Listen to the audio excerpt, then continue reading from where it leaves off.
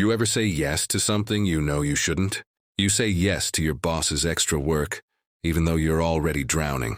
You say yes to a friend who always needs a favor, but is never there for you. You sit in a meeting listening to an idea that is pure garbage, and you say nothing. You walk away, your stomach in knots, thinking, why didn't I just say something? You tell yourself you're being nice. You're being polite, you're a team player. Let's get one thing straight. That's not polite, that's a diagnosis. You're not a nice guy, you're a coward. You're leaking weakness in a dozen tiny ways. And the world, the monsters, they can smell it. These harmless little habits, they aren't harmless, they're tells. They are psychological leaks that scream to the world, I am not a threat. You can walk all over me. I will not fight back. Today we're putting these habits on the operating table. We're not fixing them, we're exposing them. We're ripping them out.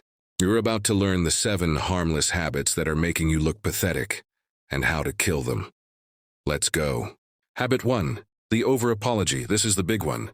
You apologize for existing. You apologize for asking a question. Sorry, but what did you mean by that? You apologize for having an opinion. Sorry, I just think. Someone bumps into you and you say, oh, sorry. What is that? This isn't polite. This is a symptom. It's a submissive gesture.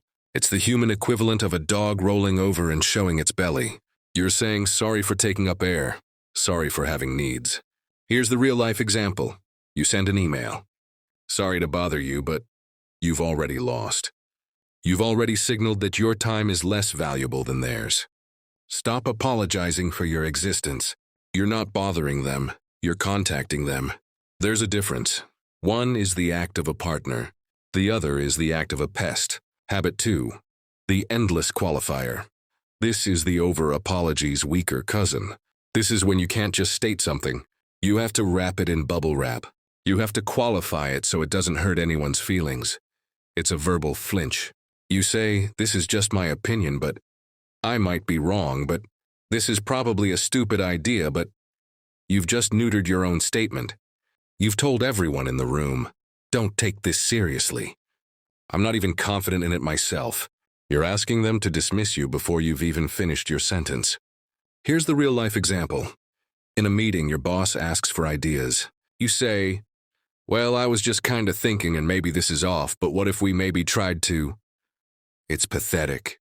A person with a spine says, here's my idea. We should. See the difference? One is a request for permission. The other is a statement of value. Stop qualifying. Stop justing. Stop maybeing. Say what you mean. Let it land. If they disagree, they disagree. You'll survive. Habit 3, nodding. When you disagree, this is the physical tell of a coward. Someone is saying something you know is wrong. You feel that tension in your chest. That voice screaming, that's bullshit. And what do? You nod. You sit there smiling and nodding like a dashboard ornament. You've just physically, non-verbally lied. You've just signaled, your opinion is more important than my truth. You've just sacrificed your integrity for comfort. Here's the real-life example. Your friend is complaining about their partner for the 100th time. You know your friend is the one causing the problems, but you just sit there nodding. Yeah, wow. That's crazy. You're not a friend. You're an enabler. You're not supporting them. You're condemning them to stay stupid because you're too weak to hand them the mirror. A strong person doesn't need to attack. They just need to stop nodding. A simple, I see it differently is all it takes. Your nod is a sign of fear. Habit 4, the I don't care lie. This one is subtle, but it's a plague. Someone asks you, where do you want to eat? What movie do you want to see? And you say, oh, I don't care. You pick I'm easy. You're not easy, you're empty. You're so terrified of having a preference that might conflict with theirs. You've decided to have no preferences at all. You've made yourself a non-character, a blank slate. Why? Because a preference means you want something. And if you want something, you risk not getting it. You risk disappointment, you risk conflict. So you pretend to want nothing. Here's the real-life example. You hate seafood, you despise it. Your date says, how about that new seafood place? And you say, sure, sounds good. You're not being nice. You are lying to their face and to your own, just to avoid 1 second of, oh, I'm not a huge seafood fan, how about Italian? You're a coward. You're not easygoing. You're just a ghost. Habit 5. Hiding insults in jokes.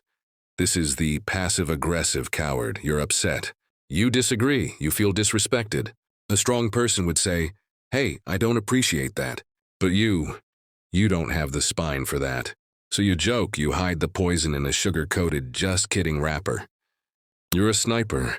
You're hiding in the bushes, taking pot shots because you're too terrified to fight in the open. Here's the real-life example. Your friend gets a promotion you wanted. You don't say congratulations, you say, "Wow, look at you, Mr. Big Shot. Guess you'll be too busy for us little people now, huh?" Haha, just playing. You're not playing. You're seething. You're dripping with resentment. But you're such a coward, you can't even own your own jealousy. You have to pass it off as a joke. It's pathetic, it's weak. And everyone sees right through it. They see the fear behind the joke. Habit 6, the yes but negotiation. This is the coward's boundary, it's a total failure. This is when you know you should say no, but you're too terrified. So instead of a clean, strong no, you give a weak, whining yes. But you're not setting a boundary. You're negotiating your own surrender. Out loud. Here's the real-life example. Your boss drops a huge project on your desk at 4:55 p.m. on a Friday. A strong person says, "I can't get this done by Monday, but I will have it on your desk by Tuesday, end of day." That's a boundary. The coward says, "Oh, okay." Yes, but I did have plans for my son's birthday. I guess I can try to move it. I mean, it's just a lot, but okay. I'll try. What is that? You just said yes. But you did it in the most pathetic way possible. You're not actually protecting your time. You're just performing your sacrifice so you can get victim points. You're signaling, "Look how much I'm suffering. Please feel sorry for me." It's a martyr complex, and it's pure weakness.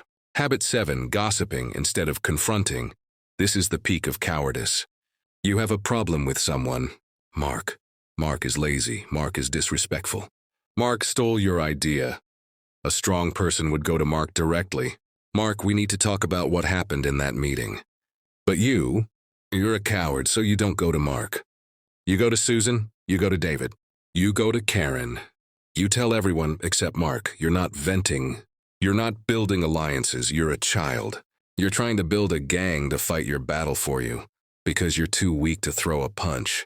You're trying to poison the well because you don't have the strength to guard it. Here's the brutal truth. Everyone sees it. Susan, David, and Karen. They're not on your side. They're just sitting there, listening and thinking one thing. This person is weak. This person is a gossip. I can't trust them. You think you're winning, but you've just exposed yourself as the weakest link in the entire chain. So let's recap. You're not nice, you're just scared. You're a coward. And these habits are the tells. 1. The over-apology. You apologize for existing. It's weak. 2. The endless qualifier. You neuter your own ideas. 3. Nodding when you disagree. You're a bobblehead. You're lying with your body. 4. The I don't care lie.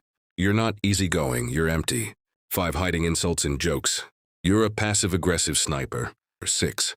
The yes but negotiation. You're not setting boundaries, you're just whining. 7. Gossiping instead of confronting. You're a child. Building a gang to fight your battles. This isn't about becoming toxic. This isn't about becoming an alpha clown. This is about integrity. This is about aligning your actions with your truth. Now that you know how to spot the coward, let's talk about how to kill him. Because truth is, if you're guilty of even 3 of these, your frame is broken. Your integrity is leaking. You're not bad. You're just hollow. You haven't built an internal world. You have no center. You have no core. You're so terrified of other people's reactions because you have no foundation of your own. If someone disagrees with you, you don't just lose the argument. You feel like you're going to die because your entire sense of self is built on their approval. So here's your savage reminder. If someone can make you lie just by walking into a room, they own you. If someone can make you break your own boundaries just by asking, you're their puppet. Cut the strings. Mastering this isn't about being heartless. It's about being rooted. It's about being so deeply anchored in your own truth that no one else's opinion can shake you. Being a coward is easy, it's comfortable. You just have to nod, apologize, and stay quiet. But it costs you everything. It costs you your self-worth. It costs you your integrity. It costs you your soul. You weren't born to be a ghost. You weren't born to be an echo. Stop apologizing for the space you take up. Stop joking when you're angry. Stop gossiping when you need to confront. This isn't about cruelty, it's about clarity. The most dangerous person in the room isn't the one who's nice. It's the one who's honest. The one who doesn't flinch. The one who has nothing to hide and nothing to prove. That's not toxic, that's power. Don't just watch, like this video, subscribe to this channel, and drop a comment about one issue you need help with.